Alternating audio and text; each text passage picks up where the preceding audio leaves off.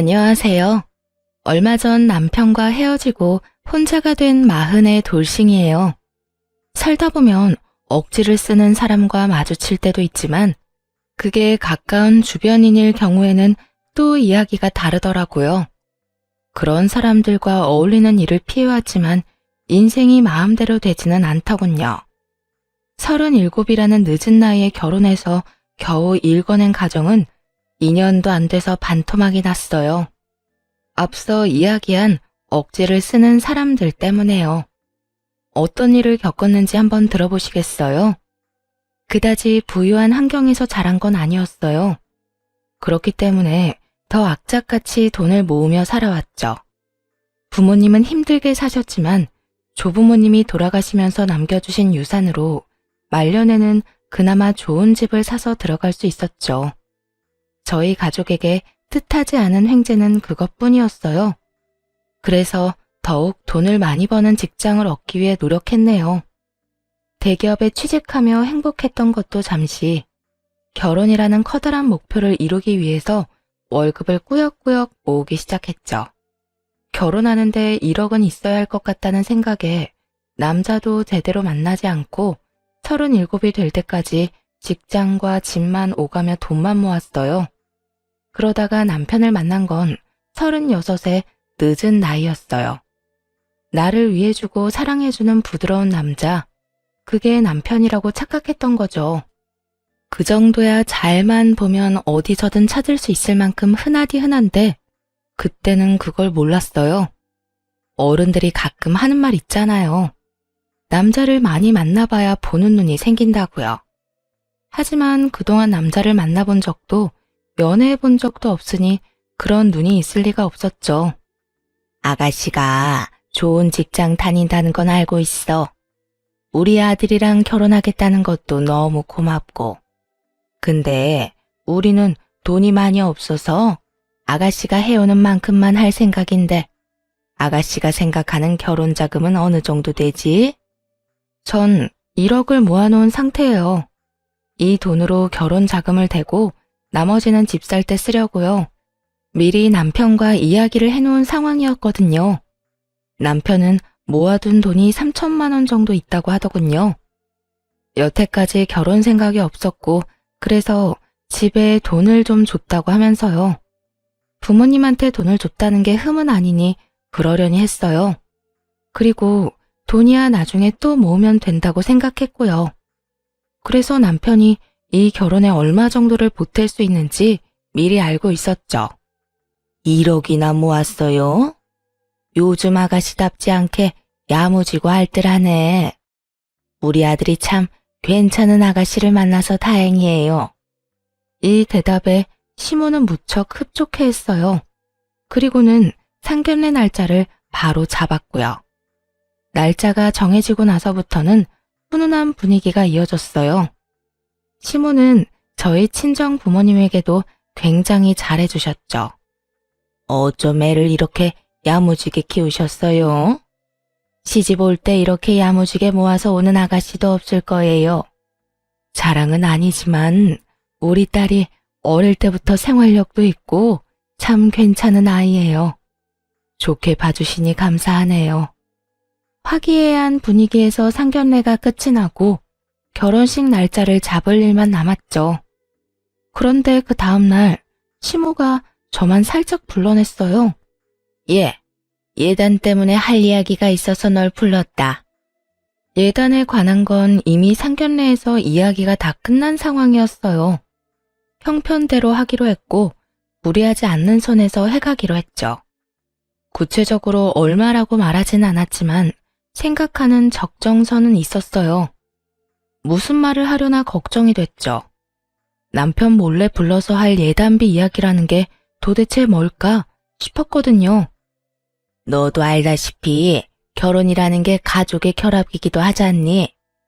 그래서 친인척들한테 뭐라도 드려야 할 것 같아서 말이지. 그래서 말인데 너 예단비 현금으로 나한테 줄래? 한 5천만 원 정도면 딱 괜찮을 것 같은데. 내색은 하지 않았지만 속으로 깜짝 놀랐어요. 생각보다도 많은 금액을 불러서 거부감이 들었고요. 모아놓은 돈이 1억이라고 말씀드렸었는데 그 돈의 절반을 예단으로 달라고 하시더라고요. 게다가 집 살 돈도 충분치 않았고 남편도 돈을 많이 해오지 않는 상태라 걱정부터 되었어요. 어머님, 금액이 너무 큰 것 같아요. 제 선에서 해결하기는 좀 힘들 것 같은데 가족들이랑 상의해보고 말씀드려도 될까요? 어차피 네가 번 돈 네가 쓰는데 뭘 가족들이랑 상의까지 하니? 그러지 말고 그냥 5천만 원 예단비로 가지고 와. 나머지 금액으로도 집 살 때 충분히 버틸 수 있지 않니? 그 눈빛에서 집요함을 보고 그래도 남편은 알아야 할 것 같다고 답했죠. 그랬더니 시모는 마치 말이 안 통하는 아이를 대하듯 답답하게 쳐다보더라고요. 넌 어째 한 번 말하면 듣질 않네? 왜 몰래 불렀는지 몰라? 어쨌든 난 예단비 5천만 원 아니면 안 받을 테니까 그렇게 알고 있어라. 뭐가 그렇게 당당한 건지. 자기 자식은 꼴랑 3천만 원 들고 결혼하러 오는데 며느리한테 5천만 원이나 되는 예단비를 달라는 시모를 보니 속에서 천불이 날 것 같더라고요. 그 자리에서 나와 차에 타자마자 친정엄마한테 전화를 걸었어요. 엄마, 나 방금 어머님 뵙고 왔는데 예단비를 5천만 원이나 달라고 하더라고. 어떻게 할지 모르겠어. 게다가 다 현금으로 달라고 하거든? 근데 받은 신혼집 시세가 생각보다 높아서 5천만 원이나 주기 힘들 것 같아. 뭐? 예단비를 5천만 원이나 요구했다고? 웃긴 아줌마네. 대체 뭐 하자는 거야? 그러면 상견례 때 그 얘기를 했었어야지. 모두가 보는 앞에서 안 된다고 딱 잘라 말했을 텐데. 왜 너만 따로 불러서 그딴 소리를 해? 친정엄마가 열받아 하는 게 느껴지더군요. 아차 싶었어요. 괜한 얘기를 꺼냈나 싶었죠. 이러다 결혼이 엎어지면 어떡하나 걱정도 됐고요. 이때까지만 해도 남편에 대한 사랑은 있었으니까요. 결혼이 무산되면 어쩌나 하는 걱정이 컸죠. 엄마, 일단 진정해봐. 내가 남편이랑 잘 얘기해볼게. 어머님은 아무한테도 얘기하지 말라고 하던데 그래도 남편은 알아야 할 거 아니야. 그 여편 내가 아무한테도 얘기하지 말래? 아이고, 그거 그냥 돈 꿀꺽 하려는 거 아니니? 아무리 봐도 이상하다 얘. 상견례 때 말 안 하고 몰래 한 것도 이유가 있을 거야.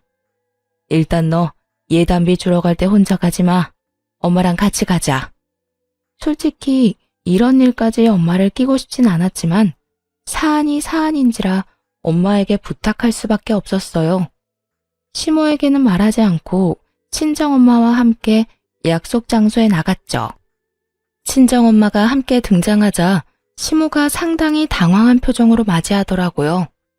정말이지 똥 씹은 표정이 이런 거구나 알려주는 표정이었죠. 사부인, 오랜만이네요. 잘 지내셨어요? 네. 그런데 어쩐 일로 여기까지 오셨어요? 저는 며느라기한테만 보자고 했는데 사실 우리 애가 워낙 착실해서 돈을 저한테 다 맡겨놓거든요. 돈은 제가 관리하는데 애가 갑자기 5천만 원을 가져간다고 하니까 궁금했죠. 그랬더니 사부인께서 예단비를 5천만 원이나 요구했다고 하지 않겠어요? 이럴 거면 상견례 때 미리 말씀해 주시지 그러셨어요. 그러면 안 된다고 저희가 딱 잘라 얘기했을 텐데. 웃는 낯으로 거침없이 이야기를 하는 친정엄마를 보며 살며시 눈치를 봤어요. 이 두 사람의 대화에 끼어들 틈이 없었죠. 이제야 하는 말이지만 솔직히 요즘 결혼하면서 5천만 원도 안 들고 오는 애가 어디 있어요? 요새 결혼 자금이 5천만 원 정도는 된다는데 평균은 해야 되지 않겠어요? 예단비만 생각하시는 건가요? 결혼할 때 드는 돈이 얼마나 많은데요. 그리고 그건 남자가 집을 해올 때나 하는 말이죠. 애들 어차피 둘이 알아서 신혼집 마련한다고 들었는데 아닌가요? 집 해갈 때 사위가 얼마 해올지는 모르겠지만 반반으로 계산하더라도 5천만 원이나 요구하는 건 너무하다는 생각이 드네요. 지지 않고 대답하는 친정엄마를 보던 시모는 부들부들 떨며 저를 쳐다보더라고요. 마치 제가 모든 일의 원흉이라는 듯 말이죠. 그리고 친정엄마는 그런 시선을 본인에게로 돌리려는 듯 예단 봉투를 탁자 위에 탁 하고 올렸어요. 여기 예단비 3천만 원이에요. 5천만 원은 너무 과하다고 생각해요. 그리고 상견례 때 얘기 안 한 거 보면 사돈어른이나 사위는 모르는 것 같은데 5천만 원을 요구한 게 그쪽 전체 의견이 맞는지 확인해 봐도 되나요? 그 말을 듣자마자 시모가 정색하더군요. 표정이 모든 걸 말해주는 셈이었죠. 그걸 보고 친정엄마는 짧게 한숨 쉬며 시모에게 말했어요. 사돈어른이랑 사위한테 알리기 전에 이 돈 받고 봉채비로 반 돌려주시면 되겠네요. 친정엄마가 그렇게 이야기하자 시모가 발끈하며 대꾸하더군요. 아니, 올랑 3천만 원 주면서 무슨 봉채비까지 돌려받아요? 그럼 그냥 3천만 원만 받을게요. 사부인, 보통 예단비 들어가면 반은 돌려줘요. 5천만 원을 받아갔어도 2,500만 원은 돌려주는 게 예의죠. 그럼 지금 3천만 원을 다 그냥 받아가겠다는 얘기예요? 통째로 먹고 돌려줄 생각도 없다는 거냐고요? 아니 그럼 올랑 1,500만 원 받아서 뭘 하라는 건데요? 고작 그거 받아서 어쩌라고요? 봉채비 돌려받고 싶으면 5천만 원 내세요. 그러면 2천만 원 돌려드릴게요. 마치 자기 돈이라도 되는 것처럼 이랬다 저랬다 흥정을 하더라고요. 게다가 반은 돌려달라고 하는 말을 듣고도 거기에서 또 500만 원은 쏙 빼고 얘기하는 걸 보니 참 돈독이 제대로 올랐다 싶더라고요. 그때 친정엄마가 그러더군요. 정말 양심이라고는 조금도 없으시네요. 누가 보면 그쪽에서 집이라도 한 채 가지고 오시는 줄 알겠어요. 뭐가 이리 당당한지. 그럼 물어볼게요. 타부인은 애들 신혼집 할 때 얼마 쓸 생각이에요? 그때 말했잖아요. 사정되는 대로 성의껏 애들 도움 준다고. 그러니까 구체적으로 얼마를 해줄 거냐고요. 예단비를 딱 짚어서 5천만 원 얘기하는 거 보면 그 돈도 준비되어 있을 거 아니에요. 얘기해보세요. 집 사주실 건가요? 거기까지 해줄 수는 없고 우리 아들이 자기가 벌어서 자기가 장가 간다고 했으니까 아들한테 맡길 거예요. 우리는 그렇게 많이 지원 못 해줘요. 한두 살 먹은 애들도 아니고 신혼집이야 지들이 알아서 잘 하겠죠. 집 살 때 돈 보태줄 생각도 없는데 예단비로 5천만 원이나 요구하는 게 상식적인 일인가요? 사위는 꼴랑 3천만 원 들고 온다던데 그럼 집은 어떻게 마련해요? 아니, 남는 5천만 원으로 해결하면 되지. 요즘 대출 안 끼고 결혼하는 사람이 어디 있어요? 1억이 오롯이 집에만 들어가도 모자랄 판인데 지금 결혼식이나 이사 비용 같은 건 전혀 생각도 안 하고 계시잖아요. 결혼식은 공짜로 해요? 그것도 다 돈 내고 하는 일이에요. 그런 거 다 빼고 나면 남는 거 거의 없어요. 애들 집 살 때 대출만 엄청 껴야 한다고요. 그거야 결혼하는 애들끼리 알아서 하겠죠. 저는 예단비 5천만 원 꼭 받아야 되겠어요. 그럼 저희 쪽에서 사위랑 사돈어른한테 안 된다고 말씀드릴게요. 예단비 5천만 원은 너무 과하다고요. 친정엄마가 탁자의 예단비 봉투를 가져가기 위해 손을 뻗을 때였어요. 시모가 신경질적으로 예단비 봉투를 휙 낚아채 가더군요. 알았어요. 3천만 원만 받으면 되잖아요. 자, 여기 봉채비. 절반이라고 했죠? 정말 어이없게도 시모는 그 자리에서 예단비 봉투를 뜯어 신경질적으로 돈을 세더니 1,500만 원을 돌려주더라고요. 아니, 그리고 받은 돈을 돌려줄 때도 예의라는 게 있어야 하잖아요. 시모는 아예 그런 생각은 하지도 않나 보더군요. 자기가 기분이 나빴다는 걸 표현하기에 급급했어요.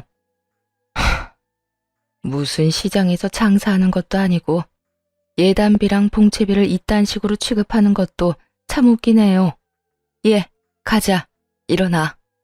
앉아서 노려보고 있는 시모에게 꾸벅 인사를 하고 돌아 나왔네요. 솔직히 망했다 싶었어요. 결혼식도 하기 전에 시모와 이런 식으로 얽히게 될 거라곤 상상도 못했죠. 그렇지만 따지고 보면 시모의 문제였으니까요. 그리고 시모도 제가 싫었으면 그 돈을 아예 안 받았겠죠. 돈을 가져간 걸 보면 결혼을 망칠 생각은 없다는 것으로 해석할 수 있으니 그걸 위안으로 삼기로 했어요. 앞으로 시댁 일에는 무조건 남편을 보내야겠다 생각했죠. 남편이 원하든 원하지 않든 방패로 세워야겠다고요. 그게 제가 결혼 생활을 평온하게 유지할 수 있는 방법일 테니까요. 가게에서 나와서 친정엄마와 밥을 먹으러 갔는데 밥 먹는 내내 친정엄마는 화를 가라앉히질 못하시더라고요. 네 시모라는 사람 정말 마음에 안 드는구나. 아니, 어떻게 예단비를 그런 식으로 요구할 수가 있어? 게다가 들었지? 네 남편이랑 너희 시아버지 될 사람한테는 얘기도 안 한 것 같고 엄마가 정말 걱정돼서 하는 얘긴데 너 힘들면 그냥 결혼 안 해도 돼. 너 정말 괜찮겠어? 엄마, 결혼을 시어머니랑 하는 건 아니잖아. 남편이랑 하는 거고. 그쪽도 엄마 성격 알았으니까 앞으로 조심하겠지. 엄마한테 괜히 미안하네. 엄마 진짜 허투루 얘기하는 거 아니야. 힘들면 엄마한테 언제든지 찾아와. 저 옆에 내 성질머리 보니 안 되겠다. 너 시집살이 시킬 관상이야. 시모가 왜 그렇게 예단비를 욕심내는지 이때는 몰랐어요. 그런데 얼마 지나지 않아 돈 욕심의 이유를 알게 되었네요. 바로 신혼집 때문이었더군요. 결국 시모가 2천만 원을 보태주기는 했거든요. 그게 다 공동명의 때문이었던 건 나중에 알았네요. 시모의 뜬금없는 예단비 요구가 또 시작될까봐 걱정돼서 집 사는 건 최대한 뒤로 미뤘었죠. 그리고 무사히 결혼식을 마치고서야 슬슬 신혼집에 대해 이야기했어요. 결혼식이 끝나고 돈이 얼마 정도 남는지도 중요하니까요. 친정엄마는 돈 욕심 많은 시모꼴을 보더니 한 가지 충고를 해주시더라고요. 딸, 엄마가 웬만하면 이런 말 안 하려고 했는데 너 결혼할 때 웬만하면 네 이름으로 해. 네가 돈 다 내는 한이 있더라도 최대한 돈 많이 써서 네 명의로 하는 게 좋겠다. 갑자기 그게 무슨 말이야? 남편도 3천만 원 정도 들고 온다고 했어. 그 돈 들고 오는데 어떻게 단독 명의로 해? 대출 끼면 같이 갚아나가야 되는 건데. 대출 최대한 적게 받을 수 있도록 엄마가 우리 집 담보로 대출 받아줄게. 그걸로 너희 집 살 때 써. 무슨 소리야? 우리 집 사는데 엄마가 왜 돈을 그만큼 많이 써? 됐어. 우리가 알아서 할게. 그냥 엄마 말 좀 들어. 엄마가 봤을 때 너희 시어머니 아주 욕심이 대단한 사람이야. 저런 사람이 지 아들 돈이라고 욕심 안 내겠니? 그리고 너희 시어머니 같은 인간들은 돈에 환장하니까 네가 집이라도 해가야 시집살이 같은 거 피하지. 그러니까 엄마 말대로 하자, 응?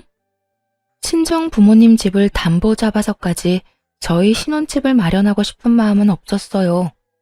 솔직히 엄마가 가진 돈이 있어서 그걸로 도와준다고 하면 고맙게 받을 생각이었긴 했죠. 근데 대출이라뇨. 여윳돈도 아니고 집을 담보로 대출을 받는다니. 그렇지만 엄마의 걱정스러운 눈빛을 보니 더 마다하기도 뭐하더라고요. 몇 번이고 그렇게 받으라며 성하시니 어쩔 수 없이 그렇게 하기로 했어요. 남편에게 이야기했더니 촉도 없이 엄청 좋아했어요. 엄마에게 받아온 돈 1억에 제가 가지고 있던 결혼자금 8천만 원, 시모가 준 2천만 원, 그리고 남편이 들고 오기로 한 3천만 원까지 합해서 신혼집을 마련하기 위한 자금을 준비했죠. 그리고 나머지는 대출을 받기로 했고요. 수도권 지역이 아니었기 때문에 생각보다 저렴한 가격에 집을 구매하는 게 가능했네요. 그런데 여기서 문제가 발생했죠. 집을 둘러보고 몇 군데 추려서 이제 계약을 해야지 하는 찰나에 남편이 갑자기 그러더라고요. 여보, 미안한데 내가 내기로 한 3천만 원 못 줄 것 같아. 갑자기 그게 무슨 말이야? 3천만 원을 왜 못 줘? 그거 우리 집 살 돈이라며? 나 이번에 차가 퍼졌잖아. 엄청 오래된 차이기도 하고. 그래서 차를 새로 샀어. 근데 캐피탈로 하려면 대출해야 되는데 우리 집도 대출 끼고 들어가는데 나까지 대출 있으면 위험할 것 같아서 현금으로 그냥 다 주고 샀어. 듣고는 당황했어요. 남편 차가 오래된 차라는 건 알고 있었고 그 차가 종종 말썽을 일으킨다는 것도 알았죠. 하지만 그럴 거였으면 미리 이야기를 해줬어야 하지 않나요? 예산을 잡아두고 아파트를 보고 있었는데 갑자기 3천만 원이 빠져서 곤란해했죠. 그러면 미리 얘기를 하든가. 지금 보고 있던 집들은 못 가잖아. 그럼 좀 더 작은 집으로 가면 되지. 뭔 상관이야. 지금 나한테 돈 다 내라는 말이야? 우리 둘이 결혼하는데? 다는 아니지. 우리 엄마도 돈 냈잖아. 그리고 자기 능력 되잖아. 작은 아파트로 사면 돈도 별로 안 들 거고. 그리고 살면서 내가 많이 도와주면 되지. 뻔뻔하게 짝이 없는 남편의 말을 들으면서 화가 머리끝까지 났어요. 내가 예단비 어머님한테 드린 거 알고 있지? 나한테 집 사도록 만들 거였으면 나 그 예단비 안 줬을 거야. 내가 집까지 다 하는 거나 마찬가지인데 그러면 넌 도대체 결혼할 때 뭘 가지고 올 건데? 내가 생활비 많이 지원해 준다니까. 그러니까 걱정하지 마. 지금 당장 차가 없으면 나 일도 제대로 못 한다고. 아버님은 우리 집 살 때 보태주기로 하셨어? 우리 집? 나도 모르지. 한 1,000만 원 정도는 보태주지 않을까? 아예 기대를 하지 말라는 뜻이었죠. 1,000만 원이면 혼수에 쓰기도 빠듯한 금액이었으니까요. 그럼 공동명의, 그건 어떻게 할 건데? 당신 엄마가 그렇게 원하던 자기랑 나, 공동명의 말이야. 화를 내자 남편이 뭐가 문제냐는 듯 의아한 표정으로 묻더군요. 당신 명의로 해. 난 공동명의 필요 없어. 우리 엄마가 하도 공동명의 하라고 난리를 피우길래 그렇게 말했을 뿐이고 난 괜찮으니까 당신 단독 명의로 해. 시모가 신혼집을 저희의 공동명의로 하길 원하고 있는 건 익히 알고 있었죠. 하지만 남편이 집을 사야 할 돈으로 본인 차를 사버렸으니 이젠 당당하게 단독 명의를 요구할 수 있는 상황이 되었고요. 진짜 내 이름으로 해도 돼? 해도 돼. 어차피 우리 같이 살 집이고 난 그런 거 신경 안 써. 남편은 그저 지금 탈 자동차에만 신경을 쓰는 것 같더군요. 신혼집에 그렇게까지 관심이 없다는 건 조금 충격이었지만 그냥 그러려니 하고 넘어가기로 했어요. 명의만 제 걸로 해준다면 손해보는 건 없을 거라고 생각했으니까요. 알았어. 그럼 우리 엄마가 집 살 때 돈 많이 보태줬는데 엄마랑 나 공동명의로 해도 되지? 그것도 괜찮지. 장모님이 1억이나 보태주시기로 했잖아. 그렇게 이야기가 마무리되고 우여곡절 끝에 신혼집을 구했네요. 저와 친정엄마의 공동명의로 말이죠. 친정엄마는 이 상황을 기뻐했어요. 그런데 신혼집에 들어간 지 얼마 되지 않았을 때 시모가 불같이 화를 내며 남편이 없는 사이에 집을 찾아왔어요. 너 어떻게 그런 끔찍한 생각을 할 수가 있어? 결혼을 했으면 남편이랑 둘이서 공동명의로 집을 해야 되는 거지. 어떻게 친정엄마랑 너랑 공동명의를 할 수가 있어? 시모가 찾아온 것은 남편에게 집의 소유권이 누구에게 있는지를 들은 다음이었죠. 시모는 자신이 준 2천만 원과 지 아들이 가지고 온 돈으로 집을 샀는데 왜 친정어머니와 제 공동명의로 했냐며 따지기 시작했죠. 어머님, 이미 남편이랑 다 상의된 거예요. 그리고 대출도 제가 가지고 가기로 했고요. 정말 가증스럽다 너. 내가 준 2천만 원은 돈도 아니야?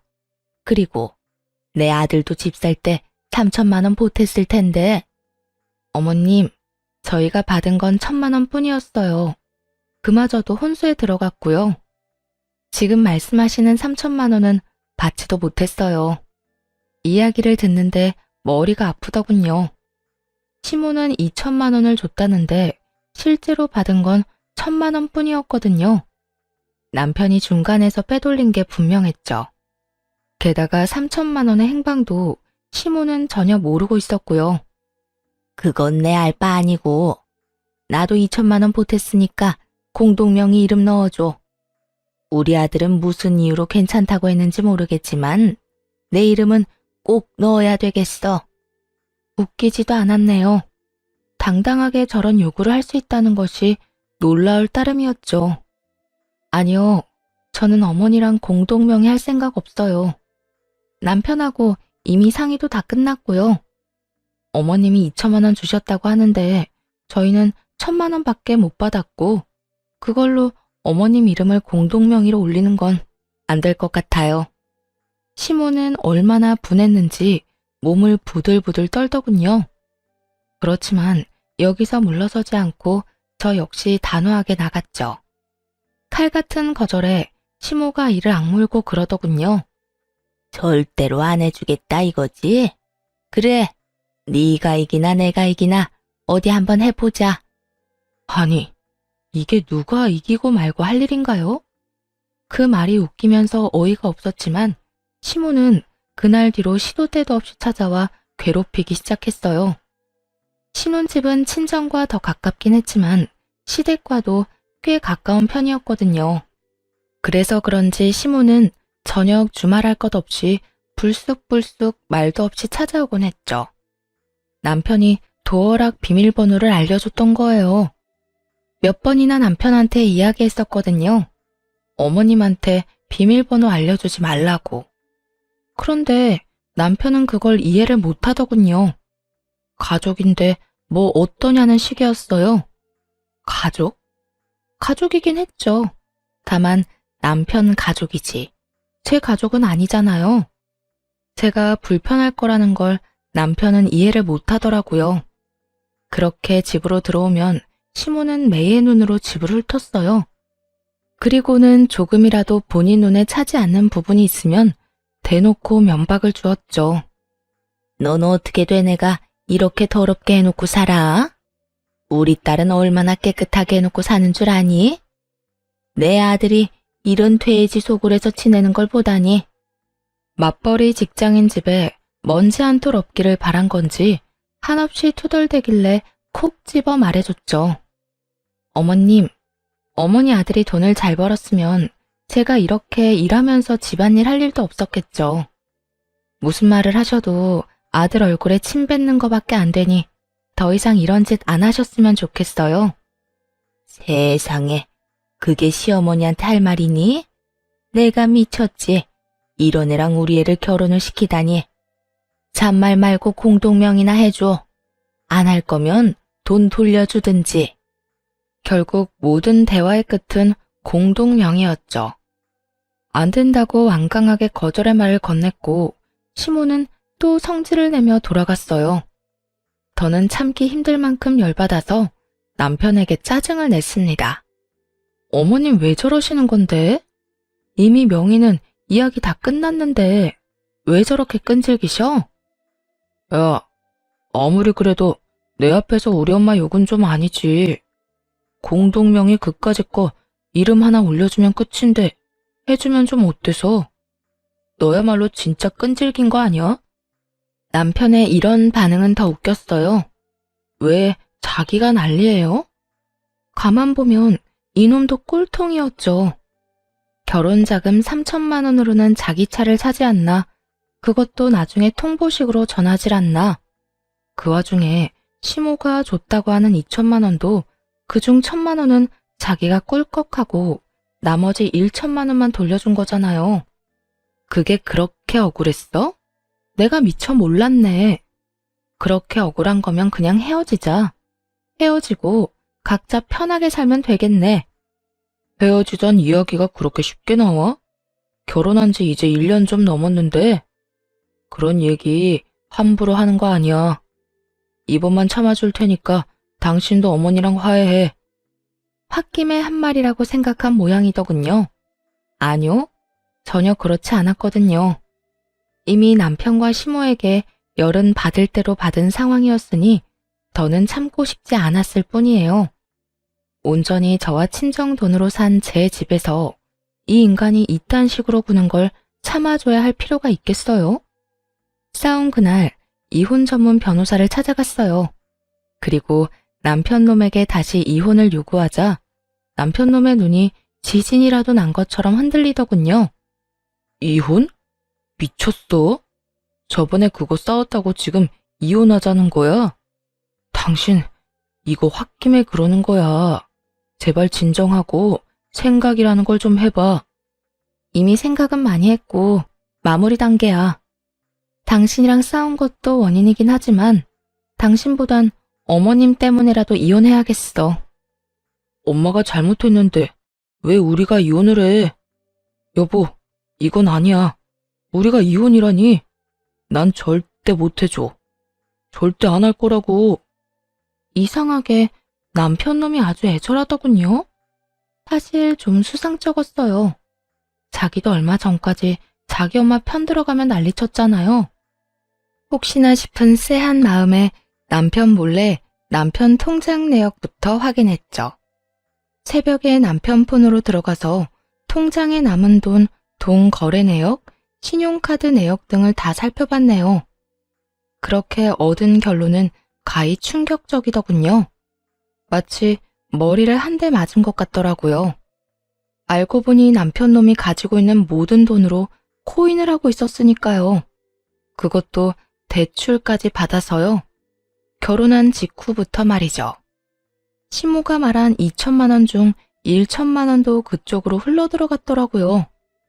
열이 받아서 미칠 것 같았네요. 속인 것도 모자라 결혼 자금으로 코인을 하다뇨? 이걸 알고 나자마자 더 기다리지 않고 이혼 소장을 남편에게 던졌어요. 남편은 그걸 보고 사색이 되더라고요. 하지만 지가 싫으면 어쩌겠어요? 제가 이혼하고 싶다는데 말이에요. 돈을 이따위로 쓰는 인간 때문에 평생 모은 돈으로 결혼까지 했다니 후회가 되어 속에선 천불이 나기 일보 직전이었죠. 이런 마음을 아는지 모르는지 남편은 지금 이혼하면 자기는 완전 거지라며 제게 빌붙으려 하더군요. 그건 네 사정이지. 어쩌자고 돈을 그만큼이나 빌려? 그래놓고 나한테 다 갚아달라고 할 작정이었어? 아니면 나한테 생활비까지 다 부담시켜서 기생충처럼 살 셈이었어? 남편에게 불같이 화를 냈고 남편은 도망치듯 나가버렸어요. 너무 화가 나 친정 부모님에게 하소연했더니 친정엄마가 다 듣고 그러시더군요. 내가 너희 집으로 가야 되겠다. 나랑 공동명의인데 우리끼리 살면 되지. 안 그러니? 그렇게 그날 저녁 친정엄마가 집에 왔네요. 저녁에 돌아온 남편이 깜짝 놀라 소리치더군요. 장모님, 여기는 어쩐 일로? 왜? 내가 못 올 때 왔는가? 왜 이렇게 놀라? 자네 어머니는 아주 말도 안 하고 자주 들르는 것 같더만. 뼈 때리는 친정엄마의 말에 남편 놈이 당황하며 저를 안방으로 부르더군요. 이게 어떻게 된 일이야? 왜 장모님이 여기 계시는데? 이 집 우리 엄마랑 공동명의잖아. 와서 사실 수도 있지. 그런 거 다 알고 공동명의 하도록 해준 거 아니야? 아무리 그래도 나한테 이야기를 하고 불렀어야 할 거 아니야? 돈 한 푼 안 낸 너한테 왜 이야기를 해? 너 뭐 해줬는데? 네가 이 집에 무슨 권리가 있다고. 난 집 사려는 돈으로 코인한 인간이랑은 상의할 필요 없다고 생각하는데 이 말에 남편 놈이 말문이 턱 막힌 듯한 표정으로 쳐다보더군요. 입이 10개라도 할 말이 없겠죠. 자기가 코인하는 걸 들켰으니까요. 그러면 너 이혼하고 나서 이 집 네가 가져갈 거야? 당연하지. 나랑 엄마 돈으로 샀잖아. 우리 엄마가 준 2천 아니, 1,000만 원 더 들어갔으니까 그건 돌려줘. 아직 이혼 판결도 안 났는데 벌써부터 자기 재산 챙기려는 거 보니 웃음이 픽 나오더라고요. 그래, 1,000만 원 지금 당장 줄게. 그거 들고 이 집에서 나가. 그 1,000만 원 지분만큼은 살게 해준 건데 이제 그럴 필요도 없겠네. 남편 놈은 눈치를 보며 나갔어요. 아마 시모 집으로 갔겠죠.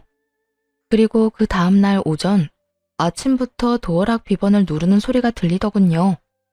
하지만 남편 놈이 나가자마자 이미 바꿔놓은 터라 문은 열리지 않았지만요. 그러자 밖에서 시모가 큰 소리로 문을 두드리며 소리치더군요. 야, 문 열어. 문 안 열어? 이 정신 나간 년아. 네가 뭔데 우리 아들을 쫓아내? 빨리 문 안 열어? 그 말을 듣곤 친정엄마가 나가려는 저를 제지하더니 화장실에 있는 바가지에 물을 담더라고요. 그리고는 냉동실에 있던 얼음을 바가지에 가득 채워 넣었죠. 그리고는 심호흡을 한번 하시더니 문을 열고 앞에 있는 시모에게 그 찬물을 확 끼얹었어요. 이게 뭐야? 어버버 하며 뒤로 물러서는 시모에게 친정엄마가 삿대질을 하며 따졌어요. 여기가 어디라고 아침부터 와서 행패야? 쥐새끼 마냥 남의 집에 함부로 들락날락거리더니만 아직까지 그 못된 벌은 못 고쳤어? 뭐? 쥐새끼? 말 다 했어요. 그리고 아니 여기가 왜 남의 집이야? 내 아들 집이기도 하지. 너희가 이렇게 뒤통수 칠까봐 공동명의 해달라고 그렇게 말했건만 결국은 내 아들을 쫓아내? 감히? 그럼 집 살 때 돈이라도 많이 보태지 그랬어. 울랑 1,000만 원 줘놓고 소유권 주장할 생각이었어? 뭔 헛소리야, 2,000만 원 줬는데. 2,000만 원은 돈 아니야? 그리고 우리 아들이 준 3,000만 원도 돌려줘야지. 시모는 여전히 그 3,000만 원이 어디에 쓰였는지 모르고 있었어요. 하긴 그러니 여기 와서 이런 정신 나간 주장을 할 수 있었겠죠. 가르쳐주고 싶은 마음도 들지 않았어요. 뭐 자기들끼리 알아서 하겠죠. 1,000만 원이든 3,000만 원이든 거기서 거기고 애초에 그 돈도 우리가 준 돈에서 낸 거잖아요. 그리고 우리는 당신 아들이 집 살 때 가져온 그 돈 이미 다 돌려줬어. 당신 아들이 이미 다 가져갔다고. 왜 그 돈을 우리 아들이 가져가? 나한테 줘야지.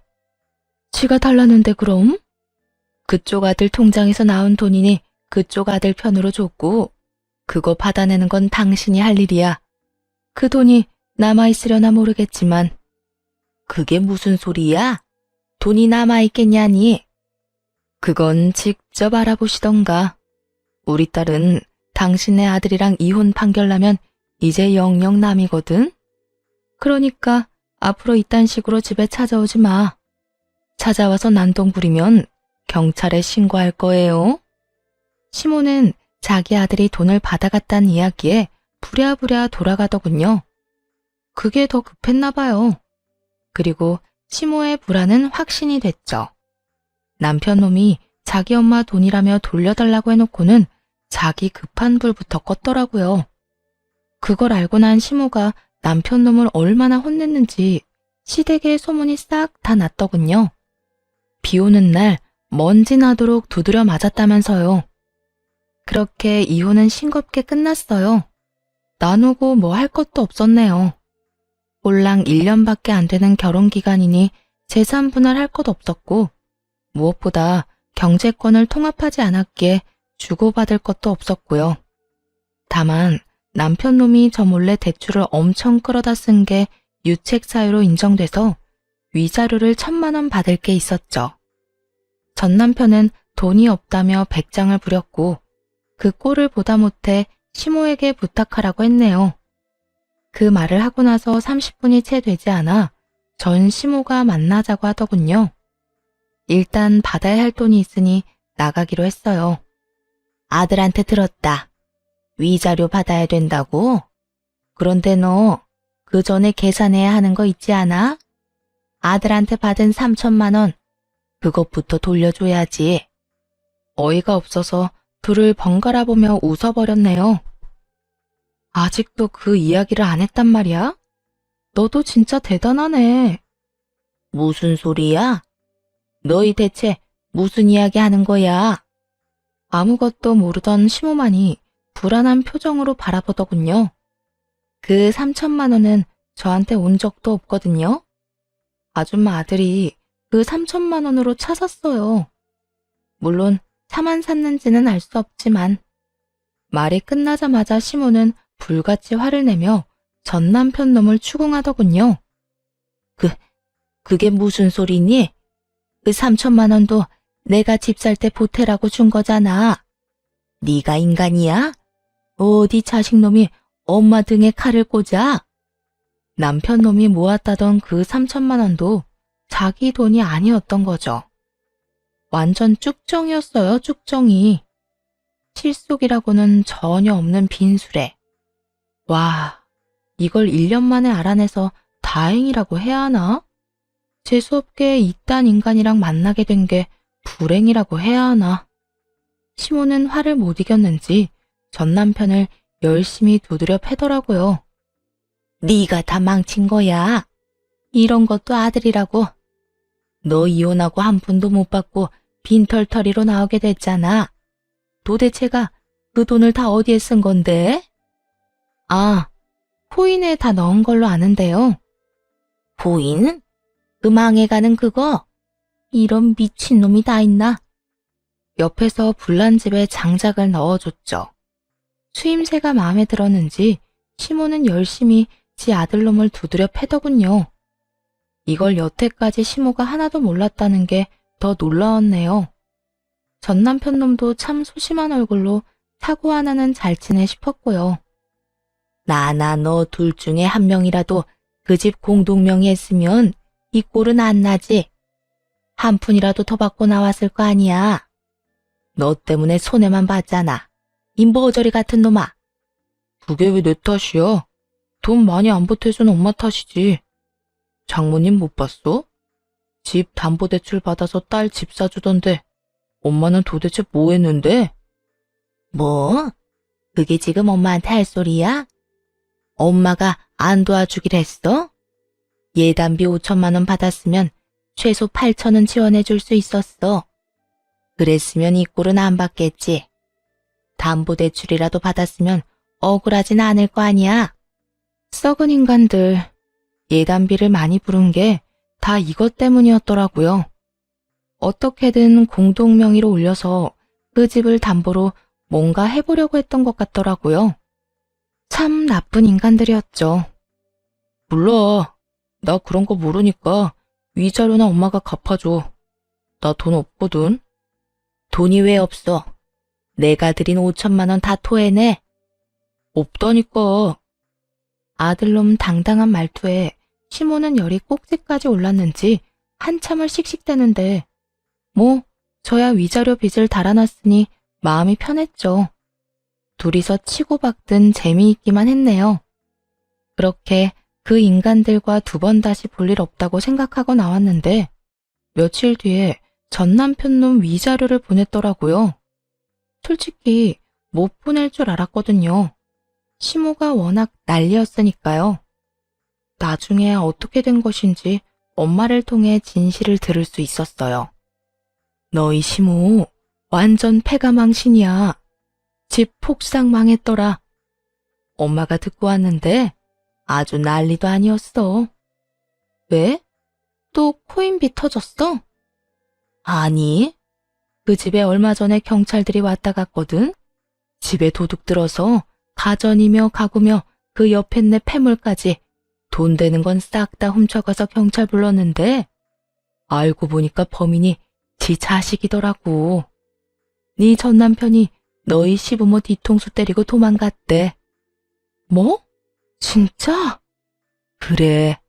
경찰에서는 가족끼리 집안에서 벌어진 일은 처벌이 안 된대나 어쩐대나.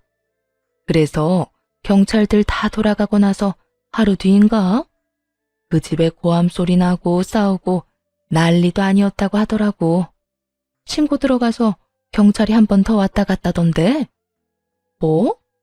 그 인간은 도망갔는데 왜 난리가 나? 왜긴 왜야. 그놈이 갈 곳 없어서 또 엄마한테 기어들어온 거지. 자기가 처벌 안 받는 거 알고 그랬나 봐. 그 아줌마는 자기 아들을 호적에서 팔 거라며 악을 쓰고 아들한테 집에서 당장 나가라고 소리치고 하여튼 난리였다더라고. 하긴 돈이 가장 중요한 사람인데 집에 돈 될 만한 거 다 팔고 도망친 아들놈을 다시 받아줄 리 없죠. 그 돈으로 위자료를 갚았으니 저야 잘된 일이지만요. 근데 너 네 남편이랑 진짜 이혼 잘했어. 그 인간이 자기 부모 뒤통수를 또 한 대 더 날렸더라고. 거기에서 또 사고를 쳤다고? 코인으로 진 빚을 감당 못해서 결국 진짜 나쁜 짓을 한 거지. 자기 부모 폰으로 카드론 신용대출 받아서 챙기고는 그 집에서 완전히 가출해버렸단다. 짐까지 싹 다 들고. 너무 놀라 입을 다물 수 없었어요. 그런 면이 있는 남자라는 걸 정말 몰랐거든요. 제가 조금만 더 허술했거나 마음이 약했으면 저렇게 당했을 수도 있었을 거라 생각하니 순간 온몸에 소름이 돋았죠. 너희 시어머니 완전 노발대발해서 아들이고 뭐고 없다면서 또 경찰 불렀다고 하더라고. 그래봐야 뭐해? 가족가 아니라 사기죄 성립이 안 돼서 처벌 면제되는 바람에 그 빚까지 자기들이 고스란히 갚고 있다고 들었어. 시모와 전 남편 이야기를 들으니 순간 눈앞이 아찔했어요. 저렇게 되는 게 저였을 수도 있었을 테니까요. 친정엄마는 시모와 전 남편 처지를 비웃더군요. 욕심 많은 시어머니나 그런 엄마를 닮은 아들이나 똑같이 정신 나간 것들이야. 어떻게 자기 엄마 뒤통수를 쳐? 이혼 잘했다. 잘했어. 그 이후에 딱 한 번 전 시모와 마주친 적이